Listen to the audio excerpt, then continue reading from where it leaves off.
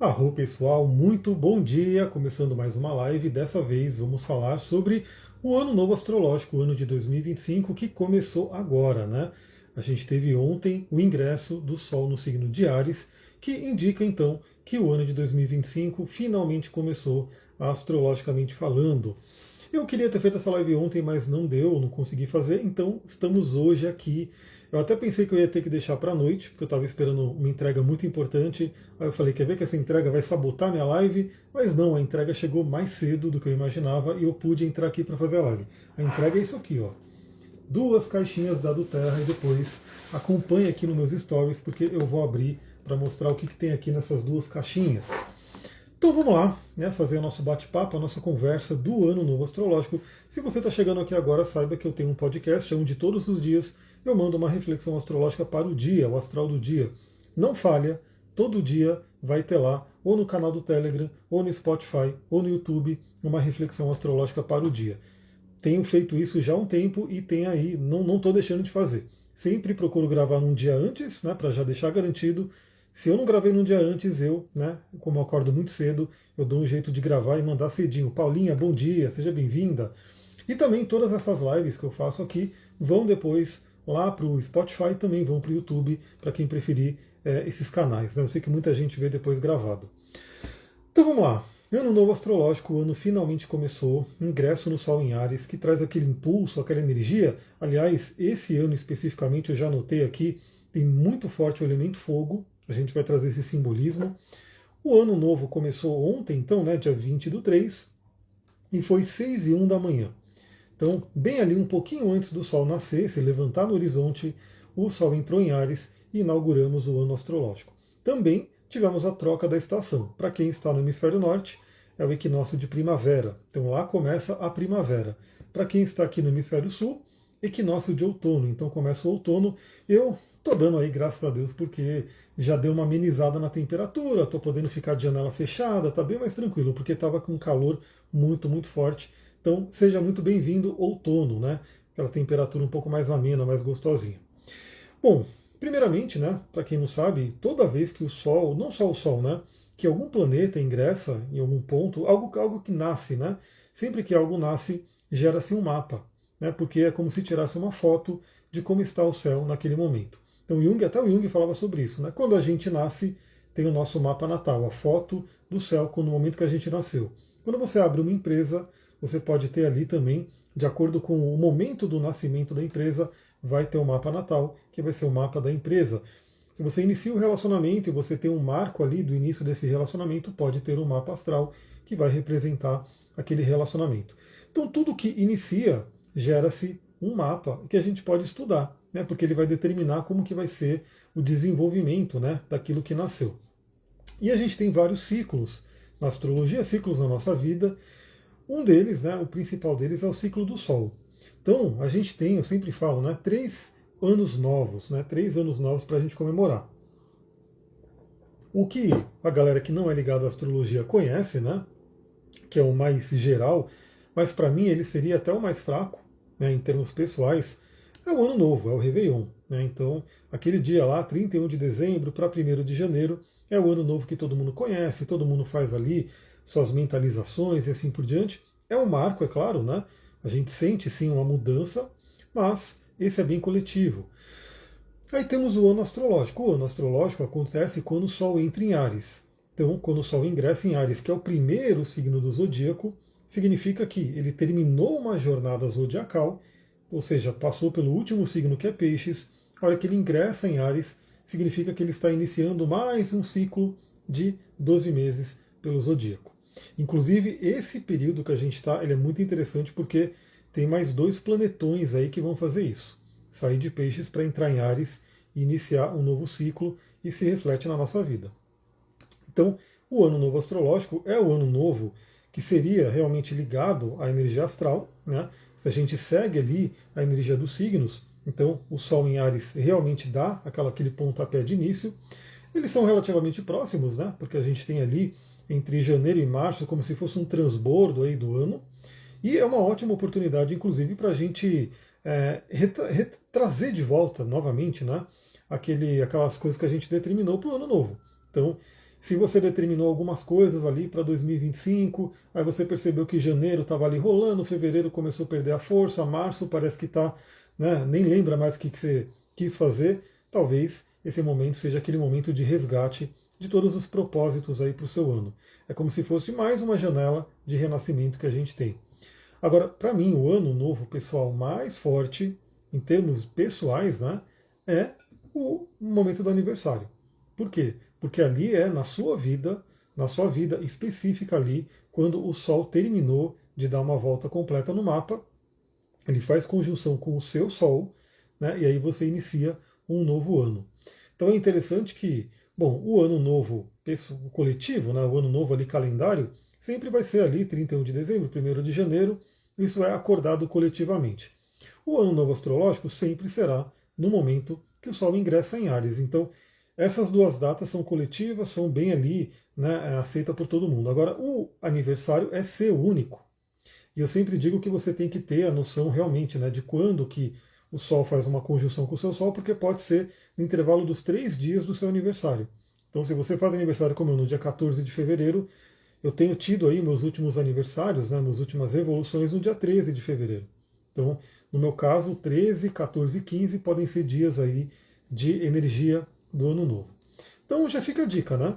Independente desse momento do ano astrológico, você, com o seu Sol pessoal, vai ter, ou já teve recentemente, o seu ano novo pessoal, ou vai ter, né, muito em breve, o seu ano novo pessoal. Eu tive recentemente porque o meu é em fevereiro, né? Como eu acabei de falar, 14 de fevereiro, o Aquário.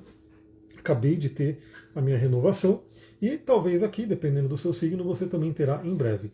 Quem vai ter, por agora, quem é do signo de Áries. Então, o ano novo astrológico nada mais é também do que a passagem, o ingresso do Sol no signo de Áries. Parabéns aí a todo mundo que nasceu sob esse signo. Bom, dito isso, esse momento, esse mapa, ele gera uma possibilidade da gente estudar as energias para o ano. Né? Então, como que vai ser esse ano de 2025? Claro que esse mapa, ele, assim, cada astrólogo trabalha de uma forma. Quem trabalha mais na visão mundial, né, que é olhar ali coisa de política, economia, muitas vezes pega um mapa genérico, né, feito ali com ascendente em Áries, ou alguns colocam Greenwich, cada um coloca de uma forma. Né? Outra opção é você calcular para cada um dos países. Então, dependendo do país que você tiver, você calcula ali o ingresso do Sol em Áries para aquele país. E eu, como estou no Brasil, e a grande maioria das pessoas que me assistem aqui são do Brasil, mesmo que estejam fora, muitas vezes são do Brasil também, eu calculo para o Brasil. Né? Então, aqui no Brasil, a gente teve aí um ascendente e trouxe um mapa bem especial aqui para a gente conversar. Então, é isso que é determinado. Se você calcular o mapa, por exemplo, para Berlim, você calcular o mapa para, sei lá, Londres, você calcular o mapa para Tóquio, vai ter um mapa ligeiramente diferente. Os planetas e os aspectos não mudam, mas o ascendente e as casas tendem a mudar. Então vamos entrar nesse mapinha que eu achei bem interessante, que foi gerado aí para o nosso ano novo de 2025. Primeira coisa que me chamou a atenção aqui é a ênfase no elemento fogo. A gente está com muito elemento fogo nesse mapa do ingresso de Áries para o Brasil. Bom, por quê? Primeiramente, a gente tem uma grande concentração de planetas em Áries. O Sol tem que estar em Áries, já que é o ano novo astrológico, o ingresso do Sol em Áries. Mas temos ali também Mercúrio e Vênus, que estão ali dando grande pontuação para o elemento fogo de Áries. Temos também a Lua em Sagitário. Então a Lua em Sagitário também traz uma pontuação muito forte para o elemento fogo. E aqui para o Brasil ficou o meio do céu também em Sagitário. Então a gente tem uma grande ênfase no elemento fogo para esse ano. O que isso simboliza para a gente? O fogo fala de entusiasmo. Né? Então pode ser um ano com muita energia. Né? A gente tem ali um Saturno no ascendente, mas o Sol está na casa 1, que representa a vitalidade. Então pode ser um ano de muita iniciativa, energia, entusiasmo, contato com a espiritualidade. Essa é uma ênfase do Peixes e do Netuno, que estão ali no ascendente. Também, né, muita força e principalmente, né, que eu diria uma coisa mais alquímica, purificação. Eu estou lendo um livro muito legal chamado Ego e Arquétipo, né, do Edward Erdinger, acho que é assim, e ele faz ali um paralelo, né, da nossa mente, do desenvolvimento da nossa mente. Bom dia, Flávio, seja bem-vindo, com os processos alquímicos. E tem aquele processo do calcinátil, né, que é ligado ao fogo. Então, desde a antiguidade, o ser humano tem muito contato com o elemento fogo, né, lida muito, né, com essa energia, associa o fogo à divindade. Bom dia, Mari, seja bem-vinda. Então, a gente tem aí essa energia muito forte que representa o contato com a divindade. E o fogo, ele traz uma coisa muito forte de purificação, né? Essa característica de 2025 ela está interessante porque, para quem pegou a gravação, né, que eu fiz para 2025, onde eu pego o seu mapa, abro ele, vou gravando todos os movimentos principais de 2025, eu já tenho falado desde o ano passado, né? A gente está num ano bem interessante, onde todos os planetas estão mudando de signo. Isso não é tão comum, por quê? Porque a gente tem aí alguns planetas muito lentos. Então, Urano, ele é lento, ele só muda de signo a cada 7 anos. O Netuno, mais lento ainda, mais ou menos 13 a 14 anos para mudar de signo. Plutão nem se fala, né? É cerca aí de 15, 20 anos para ele mudar de signo. E esses três planetas estão em signos novos. Um deles já mudou, que é o Plutão em Aquário, e dois deles já vão mudar agora, que é Netuno. O Saturno também é lento. O Urano vai mudar ainda esse ano. Júpiter também vai mudar. Então, assim, tudo vai se mexer. Tudo vai mudar. O que acontece é que é um ano que, por conta da retrogradação, esses planetas que mudam, né, tirando Plutão que não volta mais para Capricórnio, os planetas que vão para Áries voltam ainda para Peixes e Urano, que vai para Gêmeos, ainda volta para Touro. Então a gente tem ali uma entrada de uma mudança muito forte, depois volta em 2026 e consolida essa mudança. Então esse ano de 2025 ele simboliza muito uma ponte para uma grande mudança, né? E ele em si é um ano que convida a gente à mudança, principalmente aqui no Brasil, com o ascendente em peixes, o meio do céu em Sagitário, ou seja, os ângulos em signos mutáveis, que convidam a mudanças, a finalizações. E o fogo ele fala do quê? Da purificação. Então é como se fosse um ano de purificação para a gente. E aí, claro, né, ainda tivemos, nada é coincidência, né, esse ano especificamente, o ano novo astrológico acontece numa semana ali entre eclipses. Tivemos o eclipse lunar no signo de Virgem, né, que aconteceu ali na semana passada, e na semana que vem vamos ter o eclipse solar ali no signo de Áries. Então, também, né, os eclipses em si, eles falam sobre grandes mudanças, né, grandes finalizações, grandes inícios, e o ano novo aconteceu no meio de dois eclipses, né, por conta da configuração ali da cabeça e cauda do dragão. Além de tudo, a Lua caindo em Sagitário pede muito a transcendência. A última aula que eu dei, né, no curso de astrologia foi sobre Leão. Aí eu comentei muito sobre esses três, né, esse clã do fogo, que é Áries, Leão e Sagitário, onde Áries é a centelha, né, a fagulha, ou seja, imagina que você vai acender uma fogueira para, vamos dizer assim, se comunicar com o grande espírito. Vamos falar do cachimbo sagrado, né, dos indígenas e assim por diante. Então o Áries é aquela fagulha, né? Aquela centelha inicial que acende o fogo. Então por isso que Áries tem muito uma coisa de impulso. O Leão, que é o segundo signo de fogo, ele é aquele fogo queimando, aquele fogo fixo, que está ali fazendo o trabalho do fogo acontecer. Né? Aquele fogo que já está firme ali, já não é tão fácil apagar. E o Sagitário, ele representa muito aquela fumaça que sobe para o céu. Né?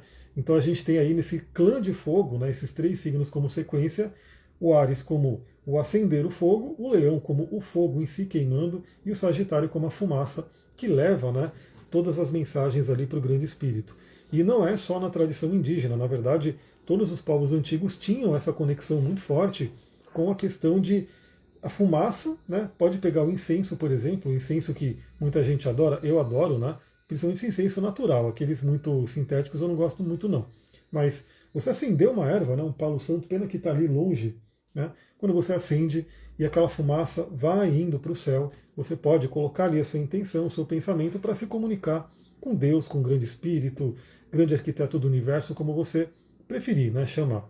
Além do que, né, as oferendas que são feitas para o fogo. Então, sabe quando a gente escreve, né, nossos objetivos num papel, aí mentaliza aquilo acontecendo, aí coloca o fogo, aquele papel ele se transforma em fumaça e vai, né, para o céu. Também fala muito de uma oferenda para a espiritualidade. Então a Lua está em Sagitário, né? Um ano com ênfase no elemento fogo, Lua em Sagitário, o ascendente em Peixes puxando para a espiritualidade. Então é um ano muito forte de purificação, né?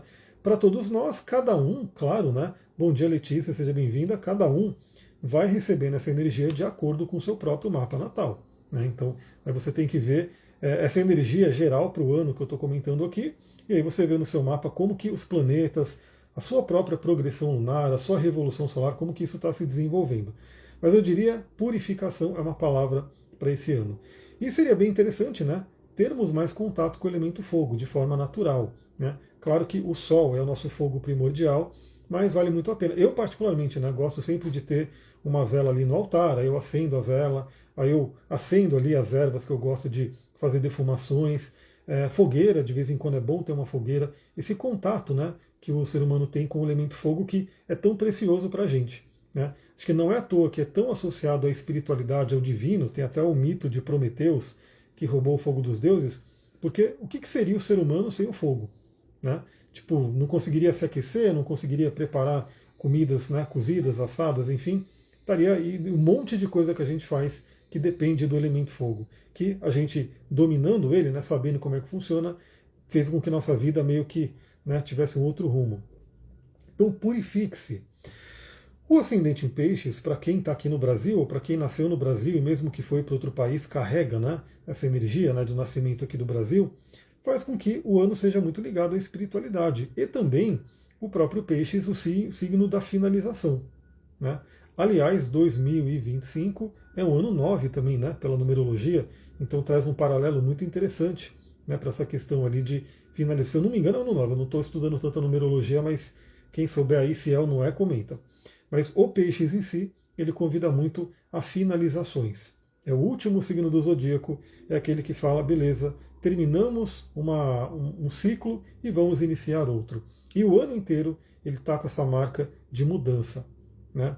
Mas o peixes nos conecta muito com a espiritualidade, é sim, a Mari falou, então tem esse paralelo, né, entre os números e a parte da astrologia. O Netuno ali está no ascendente, junto com Saturno, no signo de peixes. A cabeça do dragão mesmo caiu ali, fortíssima. Então, o ascendente pede espiritualidade, pede trabalho do amor incondicional, né, que falta muito no nosso mundo.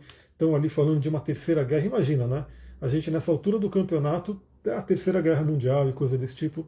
Tem como, né? O ser humano tem que desenvolver o amor e, claro, a gente não tem como meio que mexer, né? Com quem que a gente não está no poder. Eu acredito que não tem ninguém aqui que me assista que está no comando aí de países e coisas do tipo. O que a gente pode fazer é na nossa vida, né? É fazer com que a nossa vibração fique pacífica, amorosa, para que a nossa vibração seja emanada para o planeta, né? Para a aura do planeta, e assim a gente consegue ter uma boa ação ali que melhora o astral do planeta em si. Mas trabalhe isso, né? Trabalhe o amor incondicional, perceba brigas em casa, né? Então, uma coisa muito forte que eu tenho falado desde que o Duque partiu, né?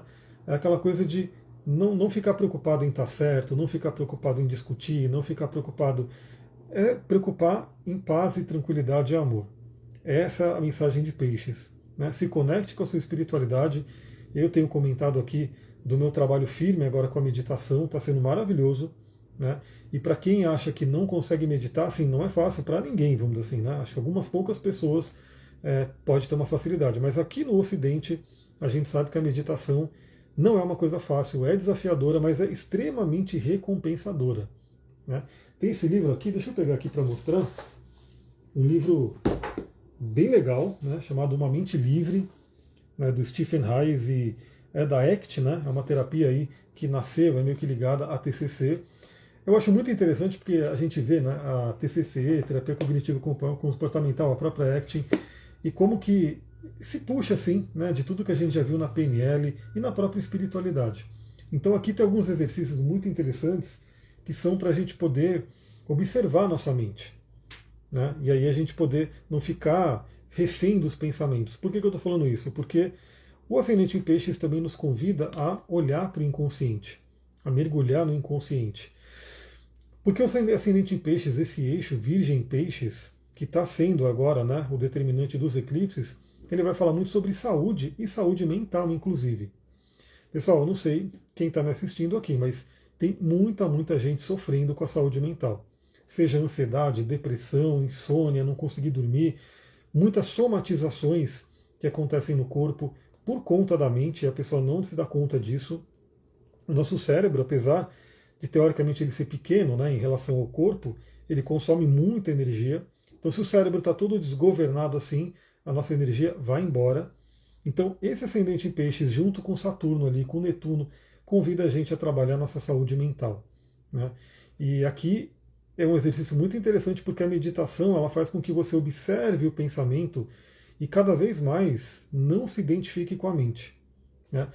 Tem um outro livro também muito legal que eu já falei muito dele aqui no passado, chamado Inteligência Positiva, onde ele fala, né, para a gente nomear o sabotador, o crítico e assim por diante. E aqui ele traz um exercício muito legal também da gente poder contrariar a nossa mente. Então é um exercício que eu falei, eu preciso fazer ele, né? Eu li de manhã, que ele fala para você pegar o livro, você está lendo o livro, né? Você pega o livro e sai andando e você fica repetindo em voz alta, eu não posso andar por aqui, eu não posso andar por aqui. E é uma coisa muito interessante porque a sua mente, você está falando, eu não posso andar por aqui, mas você está andando, né? Então gera meio que uma quebra do tipo, eu não preciso ficar obedecendo todos os meus pensamentos. Eu não preciso ouvir, teoricamente, todos os meus pensamentos. A Letícia falando, só sobrevivo com terapia. Pois é, e a meditação ajuda demais. Então, esse ascendente peixes que nos liga ao inconsciente, bom dia Poliana, seja bem-vinda, convida a gente a olhar o poder dos nossos pensamentos. E como a gente pode estar refém, né, de repente ter um monte de pensamento ali, porque pensa, né, agora, à tarde, vai ter a quadratura com Saturno. A gente vai ter a Lua em quadratura com Saturno. Eu até coloquei um trecho de um outro livro bem interessante que eu estou lendo, que é esse aqui, eu já devolvi ele para lá, não vai dar para eu mostrar, que mostra isso, né? A questão do foco. Então, na meditação, o que a gente aprende? Olha só, pela meditação, sempre muito ligada à espiritualidade, toda a parte, né, oriental, mas hoje a ciência dura que a gente fala, né? A ciência moderna, ela valoriza tanto a meditação, por quê? Porque é uma forma da gente poder ter um certo controle da mente. É claro que a gente não controla totalmente, assim por diante, mas pelo menos o foco, para onde a gente está colocando o nosso foco, a nossa atenção. Como diz também na PNL, a energia flui para onde está a atenção. Então eu vou dar o exemplo de hoje, né? Essa quadratura que a Lua vai fazer com Saturno. Geralmente, a quadratura de Lua com Saturno simboliza um momento de certa preocupação, medo, um certo peso, cobrança. E aí veja, né? Claro que isso pode acontecer no externo, pode acontecer internamente, né? Pode ser que uma sexta-feira à tarde vem alguém te cobre alguma coisa e isso te deixa ali numa certa tensão, ou você mesmo está se cobrando. O fato é que, tecnicamente, a quadratura de Lua com o Sol, de Lua com o Saturno, é desafiadora, pesa nas nossas emoções. Só que a grande questão é o seguinte, aonde a gente vai direcionar o nosso pensamento? Porque eu estava até pensando nisso hoje, né? Porque eu vou no dentista na tarde, eu falei, caramba, eu vou estar na dentista ali, bem no momento da Lua em quadratura com Saturno, mas pelo menos evitei a Lua em Capricórnio. O que pode trazer ali aquele peso, aquela coisa, né? Não é agradável em dentista, né? A gente sabe. Só que nesse mesmo momento está acontecendo o quê? Um trígono da Lua com Quirón. Então veja, isso vale para tudo, vale para a vida e a astrologia mostra isso. No mesmo momento tende a estar acontecendo coisas desafiadoras, coisas fluentes, fáceis. Falando ali, dando nome, né? Coisas ruins e coisas boas. Então assim, naquele mesmo momento, naquela mesma época da vida, né, porque eu posso falar aqui de um período de algumas horas, e eu posso falar de um período, né, de semanas, meses, até ano, né, dependendo. Então, nesse mesmo período, isso eu vejo muito no mapa astral, você está passando por uma quadratura de um planeta com outro, mas está passando por um trígono de um planeta com outro. Ou seja, aí fica aquela coisa, né? Como assim? Eu estou com uma coisa boa e uma coisa ruim acontecendo ao mesmo tempo. Aí a gente volta àquela história que eu sempre falo. O bom ou ruim é uma questão de como a gente categoriza, mas não é necessariamente que tem que ser alguma coisa boa ou ruim. E segundo, acontece sim. A gente pode estar no mesmo momento com uma coisa que não é muito legal acontecendo e uma coisa muito legal acontecendo. E qual que é a nossa missão? Pegar a nossa mente, o nosso foco e escolher qual que a gente vai olhar mais, qual que a gente vai dar mais ênfase. Então, nesse período, né, eu posso dar mais ênfase para Lua em quadratura com Saturno, ou seja, meu, que horrível, não sei o que, o dente, aquela coisa toda, ou eu poderia, né, olhar para o trígono da Lua com Quirón e para falar, vou curar o dente. Então, olha só que interessante. São dois aspectos, um desafiador, um fluente acontecendo, e eu posso escolher para onde eu vou olhar, né? Se eu foco mais em um ou foco mais em outro. E eu estou falando tudo isso porque é uma tônica para o ano. Né? É uma tônica para o ano. É a gente olhar realmente como que a gente direciona o nosso foco para o melhor. Porque, sim, tem desafio? Tem desafio. O Saturno vai estar cravado ali no ascendente e Saturno é um grande cobrador. Né? É um ano que pode ter uma certa cobrança para a gente. Mas, no geral, esse mapa tem ali uma certa fluência interessante. Eu gostei. Eu gostei. Ele tem ali dois grandes sextios que podem ser, né, oportunidades muito legais. Uma coisa que aconteceu também aqui para o mapa do Brasil, como eu falei, né, foi 6:01 da manhã, ou seja, o Sol ele estava levantando para surgir no horizonte. Então o Sol e mais toda essa conjunção planetária ali de Saturno, Netuno, Sol, Vênus, Mercúrio, está tudo ali na casa 1. Está tudo ali na primeira casa. Então traz uma grande ênfase para o eu. Né, para o eu. E isso se reflete na nossa vida com como se fosse assim, um compromisso nosso de fazer essa nossa reforma, porque essa purificação, né, que eu comentei aqui do elemento fogo, não é a gente fazer com o outro, é a gente fazer na nossa vida. Né? Então, qual é a purificação que você precisa fazer na sua vida? Né? O que você precisa mudar que está na sua responsabilidade? Novamente, aquela máxima dos estoicos, né? O que está na minha responsabilidade, eu tenho que ir lá, o que está no meu alcance, eu tenho que ir lá e mexer. O que não está no meu alcance, eu não tenho que ficar me preocupando, porque se eu não posso atuar naquilo, não adianta também me preocupar. Então essa ênfase de casa 1 traz uma coisa muito interessante, porque traz a responsabilidade para a gente. Né? Fazer a mudança necessária, fazer a purificação necessária para que 2026, porque 2026 vai ser um período que os planetas vão se assentar nas suas mudanças. Né? Então o Saturno vai entrar em Áries para ficar em Áries. O Netuno vai entrar em Áries para ficar em Áries também, 14 anos em Áries. O Plutão já está em Aquário, o Urano também vai entrar em Gêmeos para ficar em Gêmeos. Então é como se esse início de mudança que tem em 2025, esse ensaio para essa mudança, se consolida em 2026. Então é a purificação que a gente faz para que a gente tenha ali um 2026 maravilhoso e o restante dos anos. Né? Lembrando que a gente tem a humanidade caminhando, né, como um coletivo que não está muito interessante ali, né? Novamente, eu achei incrível como, né, a essa altura ainda se fala de guerra, ainda tem fome, esse monte de coisa. Então tem o coletivo do ser humano, mas a gente pode fazer a nossa evolução, né? Então cada um se responsabilizando ali, casa um, pelo seu processo e que de certa forma acaba reverberando para o ano, né? Para o coletivo. Bom, a transição que a gente está de peixes para Áries, isso aqui está muito forte, eu tenho comentado bastante, então ficou, né, nesse mapa do ingresso do Sol em Áries, ficou 3 planetas aqui no signo de Áries, o Sol, Vênus e Mercúrio, e Saturno e Netuno ainda estão em peixes aqui. Né? Então a gente tem metade em cada um, e a gente está justamente nesse período de transição.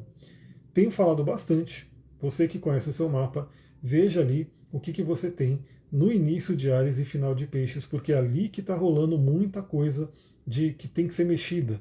No meu caso, é justamente a casa 1. Aliás, esse ano astrológico, para mim especificamente, né, esse ingresso do ano aqui, ele está bem forte porque o ascendente meio que se alinha com o meu mapa. Meu ascendente é Peixes, o ascendente do ano aqui está sendo Peixes, então eles estão alinhados. Então, essa transição é muito forte porque ela fala do quê? De finalizações. Né? Então, algumas coisas têm que finalizar na nossa vida para poder iniciar outras. Fala sobre os inícios. Né? Então, o que a gente quer de novo, o que a gente quer iniciar, qual é a nova etapa da nossa vida. Sobre mudança no geral, e como eu comentei, além disso, além de todo esse momento, né, de planetas em peixes e Áries, que fala do final e do início, o ano novo aconteceu na temporada entre eclipses. Inclusive, eu acho que o momento mais de início desse ano mesmo vai ser na Lua Nova, na próxima Lua Nova de Áries, que inclusive será um eclipse também, que é na semana que vem. Né? Então, essa semana ainda está meio que. Esse ano, essa virada de ano ficou meio que como o ano de 2025, é uma transição de tudo. Porque, embora a Lua ainda esteja cheia, ela já está quase minguante. Então, para quem gosta de rituais, para quem gosta de alguma coisa assim, eu acho que é melhor esperar, né? Até a Lua Nova, que ela dá mais aquele Lua Nova em Áries, né? Então, muito, muito forte a questão de iniciar algo e ter coragem para iniciar. O Flávio falou, meu casa 12 tem o Nodo Norte e Quiron ali. Então, se você está ali com o Nodo Norte recebendo toda essa energia, é o convite a viver a sua correção de alma, a sua missão. Né? E eu tenho falado bastante do que, né? Dessa retrogradação de Mercúrio e Vênus que acontece bem nessa área. Então é como se Mercúrio e Vênus, que são mais rapidinhos, eles foram na frente, estão fazendo toda uma revisão ali nessa área da vida. Mercúrio, revisão com a mente, Vênus, revisão com sentimentos, para preparar o terreno para Saturno e Netuno, que vão entrar logo em seguida. Então é uma área que está sendo bem mexida novamente. Temos aí, né, essa característica da Lua em Sagitário. Então é interessante porque a Lua em Sagitário é uma Lua muito otimista. É a Lua que a gente está agora ainda, né? É uma Lua que vai falar muito de expansão. E tem aquela polêmica que quem acompanha a astrologia já deve ter percebido, né? Porque meu Deus do céu. Depois comentem para eu vou colocar nos stories também. Vocês têm recebido muita ligação de spam, de golpe, o dia inteiro ontem, é isso, né? Mas ele mostra, e o dia inteiro é golpe da cadeia, é não sei o quê, pessoal ligando, que coisa chata, meu Deus do céu. Eu não sei se é porque teve um negócio lá de vazamento de Pix, enfim, mas está insuportável. Até me perdi aqui porque eu tive que bloquear a ligação. A Kátia falou, no começo de Áries por aqui, ainda dentro da casa 10, ó, muito ligado à carreira. A Paulinha falou que sim, então tá muito chato. E quem não tem, né, todo dia a Mari falando, quem não tem esse aplicativo, depois eu vou compartilhar nos stories, instala, né? Porque eu já falo, nem atenda essas ligações. Nem atenda essas ligações, que é realmente muito chato. Eu estava na Lua em Sagitário, né? Estou falando ali em Sagitário e estava falando dessa polêmica que acontece, né? Então quem acompanha a astrologia pode já ter reparado que tem astrólogo que fala que é ano de Júpiter, né? Então aí ano de Júpiter, ano de expansão, porque pega a estrela dos magos, pega a ordem caldaica, e tem astrólogo que fala que não, isso não existe e não tem. Então fica meio que dividido, isso é normal, né? Tem as suas visões que a gente pode colocar, você escolhe o que faz mais sentido para você. Eu, sinceramente, eu acho que eu dou uma certa ênfase, assim, eu acho interessante essa questão de acompanhar a ordem caldaica, né, da Estrela dos Magos, e até porque agora, nesse ano, eu quero escolher isso sim, né, já que vai ser um ano de Júpiter.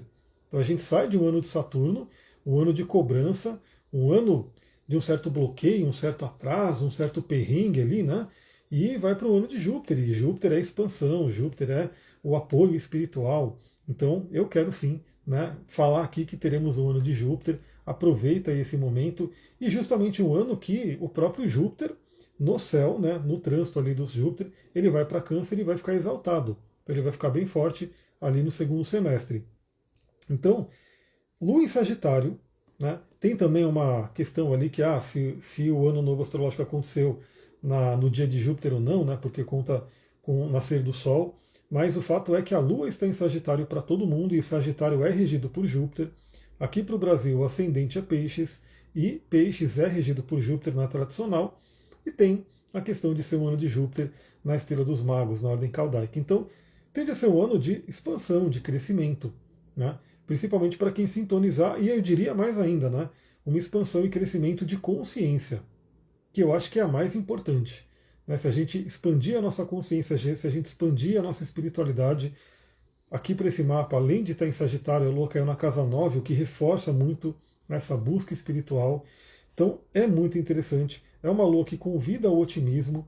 Então, mesmo que a gente passe por alguns desafios ali ao longo do ano, é como se o emocional tivesse ali uma conexão com algo maior. O brasileiro geralmente até tem isso, né? Cada um segue ali a sua linha espiritual e acaba se apoiando muito e se beneficiando disso. A própria também ciência hoje, né, mostra como faz bem esse apoio espiritual, a gente ter algo maior que a gente acredita.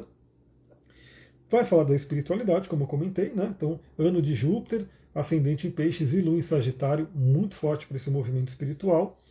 E fala muito das crenças, né? Para a gente trabalhar as nossas crenças. Inclusive a Lua, ela caiu também, né?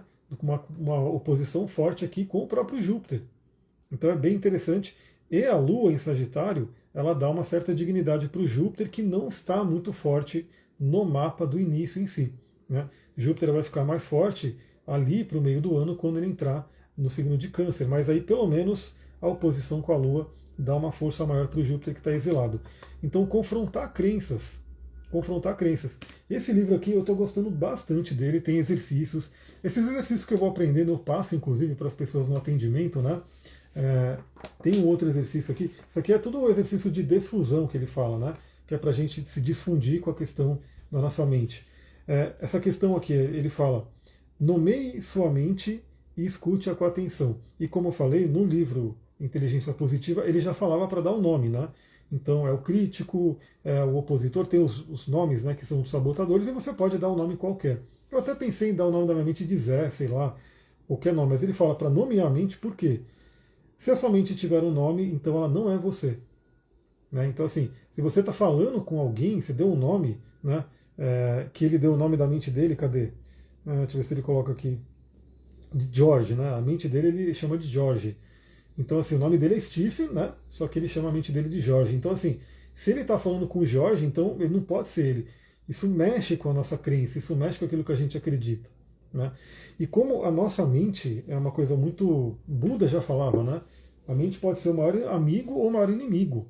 E que, infelizmente, a nossa mente hoje, moderna, tem sido grandes inimigos. Né? A nossa mente joga contra a gente.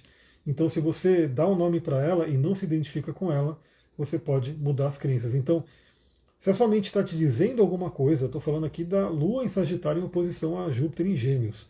Se a sua mente está falando alguma coisa para você, primeiro, dê um nome para ela que não seja você. Então, e questione. Né? Não tem que ser verdade, aquilo não tem que ser verdade.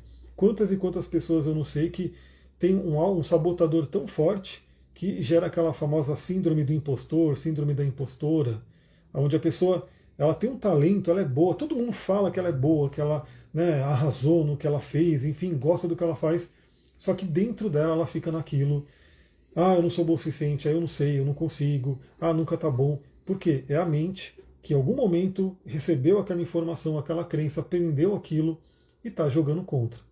Então, se você nomeia a sua mente e fala, não sou eu que estou falando, é uma voz externa, e você questiona, você começa a quebrar isso. É a técnica da desfusão que ele fala ali. Vai acompanhando meus stories aqui do Instagram, que eu sempre vou compartilhando, né? Eu sempre acordo e leio uma pilha de livro, tá aqui uma pilha que eu adoro, né? Uma Cabeça do Dragão em Gêmeos, e eu vou compartilhando algumas coisas nos stories. Aí você pode pegar e ler aqueles trechos. A Mari falando aqui, Teta Healing nas crenças, exatamente. Então veja, é um ano inteiro que convida a isso. E mais do que isso, né? Essa lua em Sagitário caiu em trígono, então. Então ela faz trígono aqui com o próprio Sol, um trígono fortíssimo com Mercúrio, com a Vênus que estão retrogradando. Então a gente pegou aí Mercúrio e Vênus retrógrado nesse mapa do ingresso, o que pode fortalecer aquele significado que eu falei de um ano de revisões e purificações para uma preparação para 2026. Porque, queira ou não, Mercúrio e Vênus ficaram retrógrados nesse ano. Eles vão voltar para o movimento direto em breve, né? Mas ainda vai ficar aquele plano de fundo da marca do ingresso do Sol em Áries ter eles retrógrados ali. Mas a Lua faz um trígono, ela dá uma ajuda ali. E o Plutão também, o Plutão ele está fazendo sextil com um monte de gente, está muito interessante.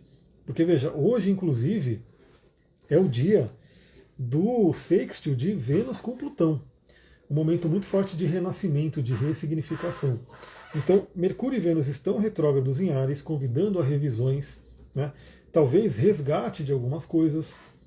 Um simbolismo bem interessante que nesse ano acabou acontecendo, né? Aquilo que eu falei, você determinou suas metas de ano novo, né? O que você vai fazer para esse ano, 2025, vou arrasar, aquela coisa toda. E de repente, em março, já não está fazendo mais nada, esqueceu. Pode ser aquele momento de resgatar. Né? Então, o que você determinou para esse ano? Aproveita, né? Aí só quem segue astrologia tem, né? Quem não segue astrologia tem que esperar aí até o dezembro de 2025 para 2026.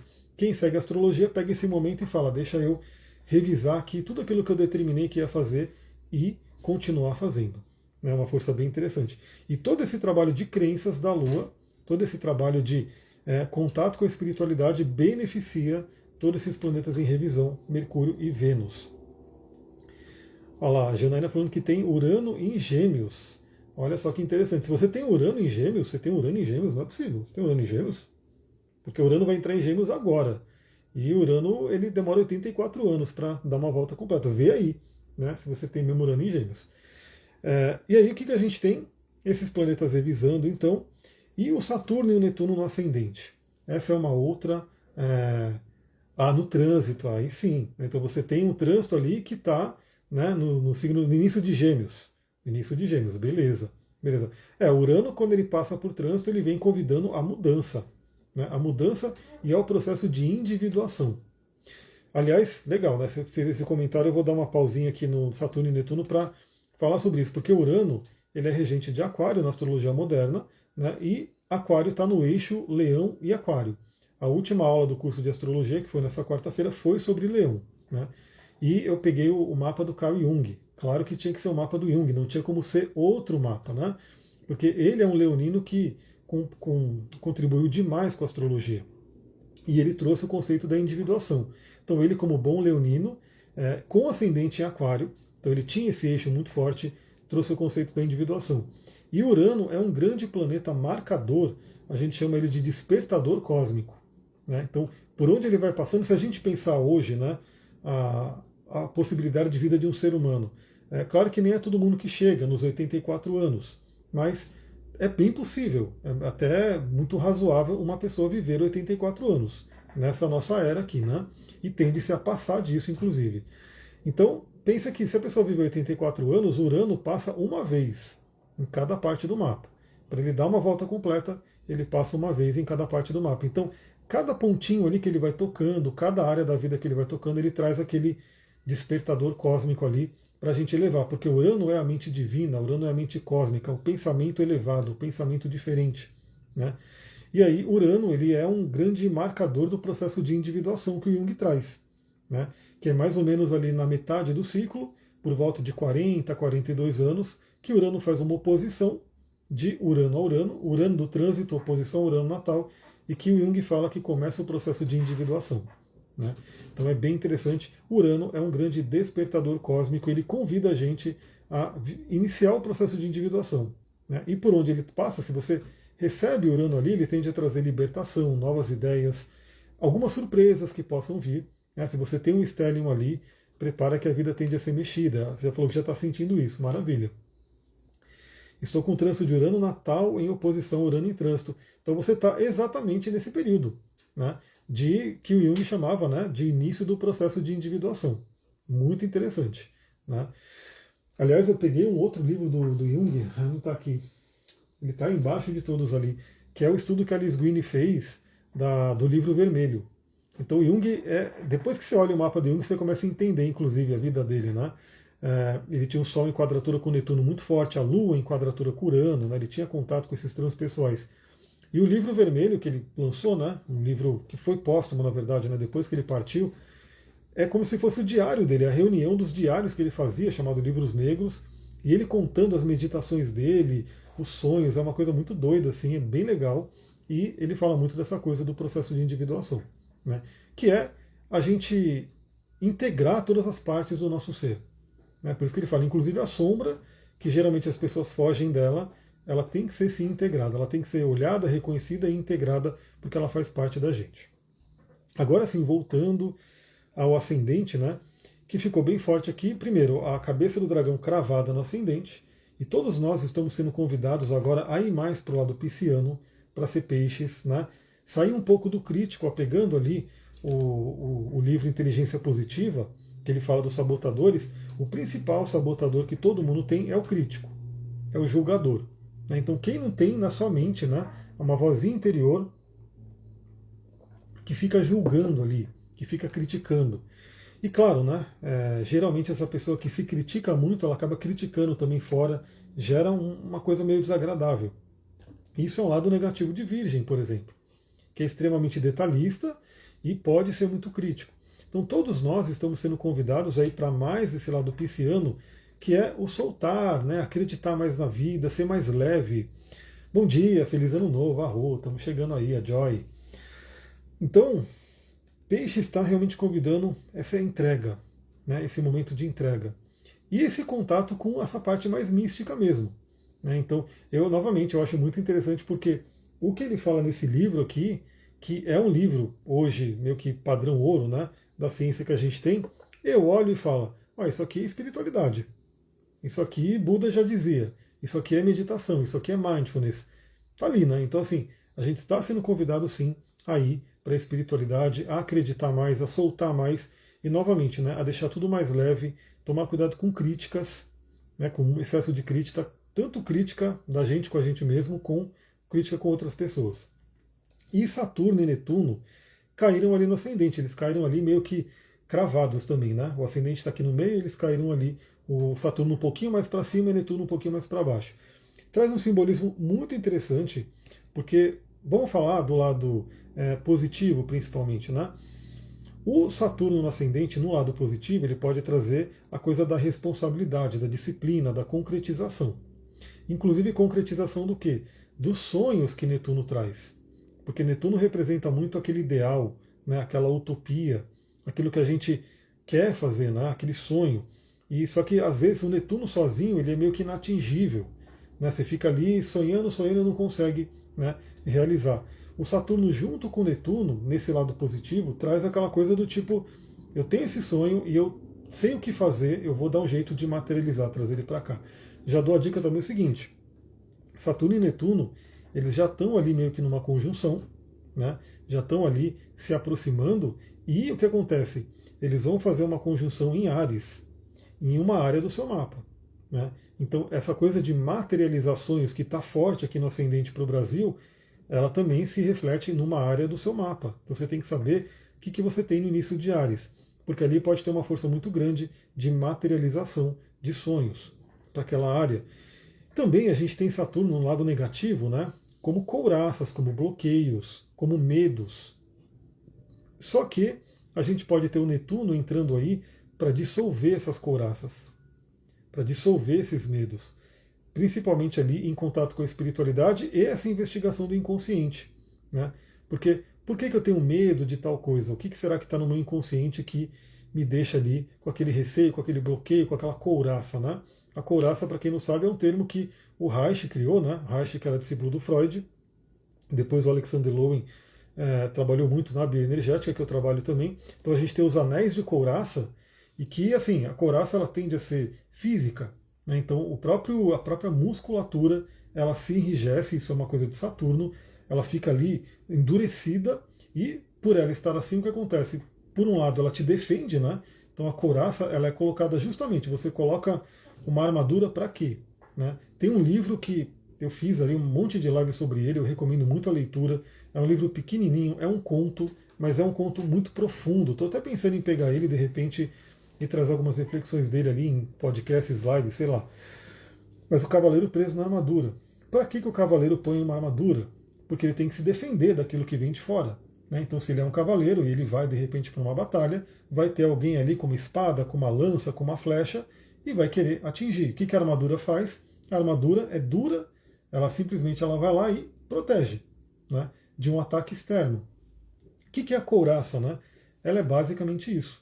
Então, aquela criança, ou enfim, em algum momento da vida, você recebeu algum ataque emocional e é só perceber que o que acontece quando você vai receber um ataque, a musculatura enrijece. A musculatura enrijece para quê? Para te proteger, para você não sentir. Só que se for uma coisa muito traumática ou uma coisa muito consistente, ou seja, acontece várias vezes, aquilo fica gerando uma couraça que fica ali crônico. A pessoa nem percebe às vezes ela tem uma falta de ar, às vezes ela tem pouca mobilidade, né, dependendo de onde está a couraça, e ela não consegue perceber que ali foi criado um bloqueio com uma intenção positiva de, né, proteção, só que ao mesmo tempo, né, imagina você fazer amor com alguém com uma armadura. Não tem como. Imagina você abraçar alguém com uma armadura. Olha que gostoso. Você vai lá, abraça alguém com uma armadura, aquele ferro gelado. Não chega na conexão, não chega no coração. A Mari perguntou o nome do livro, o Anderson respondeu, Cavaleiro na Armadura, Cavaleiro Preso na Armadura. O nome do livro é O Cavaleiro Preso na Armadura. Se eu não me engano é Robert Fisher o nome dele. Depois eu vou compartilhar nos stories, aí quem quiser pegar a imagem da capa ali. Novamente, é um livro pequenininho, é um conto, é muito interessante. Eu fiz uma série de lives sobre ele com um viés ali bioenergético, e é muito legal. Eu estou falando tudo isso porque o Saturno ali, cravado no ascendente junto com o Netuno, a gente pode ter essa energia de dissolução de couraças, né, da gente poder liberar aí algumas couraças, alguns bloqueios que possam estar ali no nosso campo. Então é uma coisa legal, né? Chama a responsabilidade, mas também convida a abertura, libertação. Bom, um aspecto que está muito forte, né, porque ele acontece hoje, ou seja, um dia depois da formação, né, do mapa do Ano Novo, que é Vênus em sexto a Plutão. Vênus que está retrogradando, que convida a gente a rever relacionamentos, a talvez resgatar relacionamentos. Tem pessoas que podem estar tendo aí, né, alguns resgates da questão do relacionamento. Fala sobre a interiorização do relacionamento, então o relacionamento de você com você mesma, com você mesmo, como ele se reflete no relacionamento exterior, toda a questão financeira, de valores também. E essa Vênus faz hoje então o sextil a Plutão. Plutão que é o senhor, né, do renascimento, o senhor que fala da regeneração. Então Plutão que é um planeta desafiador, né, eu estou no meio ali de uma quadratura de Lua-Plutão, foi quando iniciou a quadratura de Lua-Plutão no meu mapa de na Lua progredida que o Duque morreu, né? E, enfim, até hoje eu olho para aquela estrada, né, que eu sempre andava com ele. Quem me acompanha aqui nos stories sabe, era sempre de manhã, eu andando ali, depois à tarde eu levava ele de novo, e eu olho para aquela estrada e eu falo, não tem mais o Duque para andar comigo, né? De vez em quando eu ando sozinho, mas não é a mesma coisa. Enfim, Plutão causa transformações muito profundas. Dá um certo medinho de contatos com Plutão, mas nesse ano, nesse mapa do ano, o Plutão que está ali no início de Aquário, ele fala bem com a Lua, né? Então ele está mandando uma boa energia bem com a Lua, e também com Vênus, e o Mercúrio, e o Sol. Então forma o que é chamado de grande sextil. Então a gente está numa energia muito forte de regeneração, de renascimento, de mergulho no inconsciente. E, né, para quem não conhece o mito de Perséfone, né, é um processo de iniciação. A gente pode estar nesse processo. Às vezes Plutão, ele vem ali, né, debaixo da Terra, ele tem essa imagem, né, que como que ele raptou Perséfone, ele estava ali, ele queria, né, se relacionar com ela, e aí ele fez brotar, né, uma flor de narciso, se eu não me engano, e aí ela foi olhar, né, ela estava ali no campo vendo as flores, achou a flor muito bonita, foi ali pegar a flor, de repente abre-se um buraco ali na Terra e vem o Plutão, né, o Hades, né, com a sua carruagem ali e captura ela e leva ela ali para o submundo. Isso é um processo iniciático, né? Tem toda uma questão ali literal da história e tem toda uma questão simbólica, que é esse mergulho no inconsciente. Às vezes o inconsciente vai, nos sequestra e a gente vai para poder renascer, para surgir como a fênix, né? Plutão tem tudo a ver com a fênix, que se consome nas cinzas, né? Na chama. Eu falei ali do clã de fogo, né? Áries, Leão e Sagitário, se consome na chama para renascer nas cinzas. Então Plutão está apoiando bastante esse processo, está muito interessante. E especificamente hoje, aproveita esse momento. Quem gosta de ritual, lembra, hoje já é sexta-feira, dia de Vênus, que é dia de Freia. Então é muito bom para ter contato ali com a questão do amor, do relacionamento, da autoestima, da parte financeira, dos valores. Inclusive, lembra, né? Esses valores podem ser aqueles valores pessoais que você tem. Então o que você realmente valoriza? É até aquilo que eu comentei, né? O que você valoriza mais? Para pensar, né? Estar certo e bater no peito e falar eu estou certo, ou ter uma harmonia com alguém. Né? Então aí você pode perceber o que você prefere, né? Eu tenho preferido, né? Falar, beleza, eu sei do que eu sei, mas eu não vou ficar brigando para falar que eu estou certo. Eu prefiro estar em harmonia com a pessoa que eu quero me relacionar, que eu gosto e assim por diante.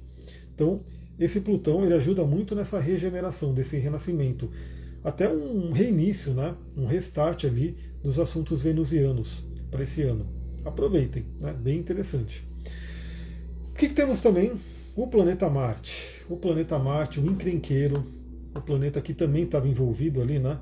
Nessa minha transformação emocional, porque ele ficou retrogradando em cima da minha Lua.